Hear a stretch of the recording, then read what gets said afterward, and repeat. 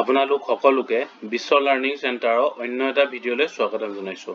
আজি আমি হাই secondary first ইয়াৰৰ ইকনমিক্সৰ ব্যস্তবাদী অৰ্থবিজ্ঞানৰ এটা গুৰুত্বপূৰ্ণ টপিক আলোচনা কৰিম। সো প্ৰিভিয়াস ভিডিঅ'ত আমি চাহিদাৰ ওপৰত এটা থুলমূল ধাৰণা এটা দিছিলো।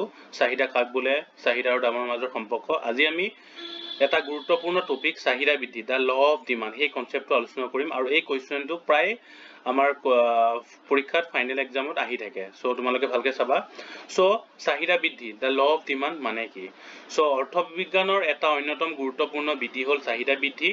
বস্তুৰ দাম আৰু চাহিদাৰ বিপৰীতমুখী সম্পৰ্ক ব্যক্ত কৰা বিধিটোকে চাহিদা বৃদ্ধি বোলা হয়। মানে বস্তুৰ দাম আৰু চাহিদাৰ যে এটা নিগেটিভ বা বিপৰীতমুখী সম্পৰ্ক আছে, সেই সম্পৰ্কটো প্ৰকাশ কৰা বা ব্যক্ত কৰা বিধিটোকে চাহিদা বৃদ্ধি বুলি কোৱা হয়।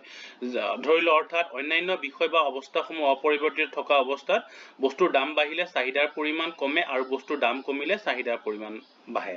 আমি সকলোৱে জানো, প্ৰেক্টিকেলি সকলোৱে জানো যে তোমালোকে বজাৰলৈ গৈছা, বজাৰ দেখিছা যে যেতিয়া বস্তু এটাৰ দাম কি হৈ থাকে, যেতিয়া বস্তু এটাৰ দাম বাঢ়ি থাকে তেতিয়া বস্তুটোৰ চাহিদা কমি থাকিব, আৰু যেতিয়া বস্তু এটাৰ চাহিদা বা বস্তু এটাৰ দাম যেতিয়া কমি থাকে তেতিয়া তাৰ চাহিদা বাঢ়ে।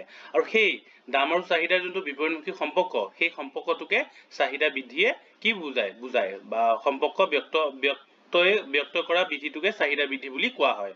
ধৰি ললো, আৰু সেই বিধিটো বা চাহিদা বৃদ্ধি যে দাম আৰু চাহিদাৰ মাজৰ সম্পৰ্ক যে বিপৰীতমুখী, সেইটো আমি এটা চিত্ৰৰ আকাৰে ভালকৈ বুজিম। এতিয়া চোৱা, আমি স্ক্ৰীনত দেখিছো চিত্ৰটো। চোৱা এক্স অক্ষ, ও আৰু এক্স অক্ষ। সো ও এক্স যোনটো হৰাইজন্টেল আছে, ও এক্স অক্ষ, সেই ও এক্স অক্ষত আমি চাহিদাৰ পৰিমাণ দেখুৱাইছো, আৰু ও ৱাই অক্ষ যোনডাল আমাৰ ভাৰ্টিকেলি আছে, সেইডাল বস্তুৰ দাম বুজোৱা হৈছে। এতিয়া চোৱা, বস্তু এটাৰ দাম যেতিয়া 10 টকা আছিলে, তেতিয়া চোৱা তাৰ চাহিদাৰ পৰিমাণ কিমান হৈছে? 7 পৰিমাণ হৈছে চাহিদা। কিন্তু বস্তুৰ দাম যেতিয়া 10 টকাৰ পৰা 5 টকালৈ কমি গৈছে, তেতিয়া চোৱা চাহিদা 7ৰ পৰা 12লৈ বাঢ়ি গৈছে। মানে কি বুজিছো? যেতিয়া বস্তুৰ দাম অধিক হৈ আছিলে, 10 টকা হৈ আছিলে, তেতিয়া তাৰ চাহিদা 7 পৰিমাণৰ হৈছিলে। কিন্তু যেতিয়া বস্তুটোৰ দাম 10 টকাৰ পৰা 5 টকালৈ কমি গৈছে, তেতিয়া চোৱা তাৰ চাহিদা 7 টকাৰ পৰা 12 টকালৈ বাঢ়ি গৈছে। মানে কি বুজিলো? অধিক দামত কম চাহিদা হৈছে আৰু কম দামত অধিক চাহিদা হৈছে, এইটোকে বুজাইছো। চোৱা, আৰু চিত্ৰত এইডাল এই ৰেখাডাল এইডাল চাহিদা ৰেখা বুলি কোৱা হয়। আৰু চাহিদা ৰেখাৰ ঢাল সদায় কি হয়? বাওঁ হাতৰ পৰা সোঁ হাতলৈ সদায় কি হয়? নিম্নগামী হয়। এই চোৱা, চিত্ৰত মই ডায়াগ্ৰামটো এনেকে এক্সপ্লেইন কৰিছো। চিত্ৰত এক্স অক্ষত চাহিদাৰ পৰিমাণ দেখুওৱা হৈছে আৰু ৱাই অক্ষত বস্তুৰ দাম দেখুওৱা হৈছে। চিত্ৰত হৈছে এডাল চাহিদা ৰেখা। চিত্ৰত দেখা গৈছে যে যেতিয়া বস্তু এটাৰ দাম 10 টকা হৈছে, তেতিয়া তাৰ চাহিদাৰ পৰিমাণ 7 হৈছে।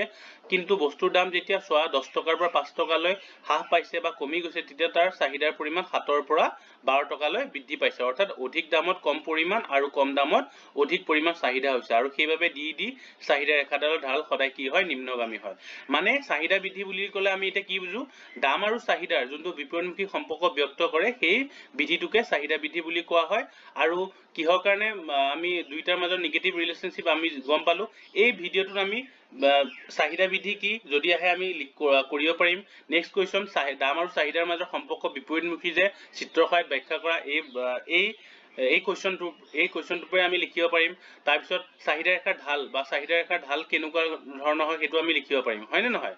সো সেইখিনিকে তোমালোকে চাবা। খালি মুঠতে জানিব লাগিব, প্ৰেক্টিকেল তোমালোকে চাবই লাগিব যে বস্তুৰ দাম আৰু চাহিদাৰ যোনটো বিপৰীতমুখী সম্পৰ্ক ব্যক্ত কৰা, সেইটোকে চাহিদা বৃদ্ধি বুলি কোৱা হয়। বস্তুৰ দাম বাঢ়িলে কি হয়? চাহিদাৰ পৰিমাণ কমে, আৰু বস্তুৰ দাম কমিলে চাহিদাৰ পৰিমাণ বাঢ়ে, হয় নহয়? তোমালোকে নিজে চাবাচোন, কেতিয়াবা তোমালোকে বজাৰত গৈছিলা, মাজতে যেতিয়া 1 কেজি বিলাহীৰ দাম 100 টকাৰ বেছি হৈছিল, তেতিয়া মানুহে বিলাহী কম পৰিমাণে কিনিছিলে নাই? যিখিনি প্ৰয়োজন লাগে, কিছুমানে এপোৱা কিনিছিলে বা আধা কেজি কিনিছিলে। কিন্তু এতিয়া বজাৰত যেতিয়া বিলাহীৰ দাম তোমাৰ 10 টকা বা 15 টকা চলি আছে এতিয়া বৰ্তমান। সো এতিয়া সেই বস্তুটোৰ যেতিয়া বৰ্তমান 10 টকাৰ পৰা 15 টকা বিলাহী কেজি চলি আছে, এতিয়া মানুহে বেছিকে কিনিছে নাই? 100 টকা হৈ থাকোঁতে বিলাহী কেজি যেতিয়া যিমান কিনিছিলে, এতিয়া তাতকে বেছি কিনিছে নাই? সেইটোৱে কোৱা হৈছে যে বস্তু এটা আমি ধৰিলো দাম আৰু চাহিদাৰ মাজৰ সম্পৰ্ক সদায় বিপৰীতমুখী, আৰু এইটোকে চাহিদা বৃদ্ধিটোৱে কি কৰে? নিৰ্ধাৰণ কৰে বা দেখুৱায়। আৰু ইয়াত যে আৰু এইখিনিকে সেম লিখিবা, খালি ইয়াত এজাম্পশন দুটামান লিখি দিবা, কাৰণ 4 মাৰ্কছৰ আহে। এজাম্পশন মানে অভিধাৰণা কেইটামান লিখি দিবা যে যেতিয়া চাহিদা বৃদ্ধি প্ৰযোজ্য হৈ থকাৰ সময়ত বস্তুটোৰ দামৰ কোনো পৰিৱৰ্তন হ'ব নোৱাৰিব, এটা। 2 নম্বৰ, এই বৃদ্ধিটো চলি থকাৰ সময়ত বা গ্ৰাহকৰ কোনো টেষ্ট প্ৰিফাৰেঞ্চ বেলেগ হ'ব নোৱাৰিব, ঠিক আছে, মানে শিফ্ট হ'ব নোৱাৰিব। আৰু গ্ৰাহকৰ ইনকামৰ কোনো পৰিৱৰ্তন হ'ব নোৱাৰিব ঠিক আছে যদি ভিডিঅ'টো ভাল লাগিছে প্লিজ চেনেলটো লাইক শ্বেয়াৰ এণ্ড সাবস্ক্ৰাইব কৰি দিবা ধন্যবাদ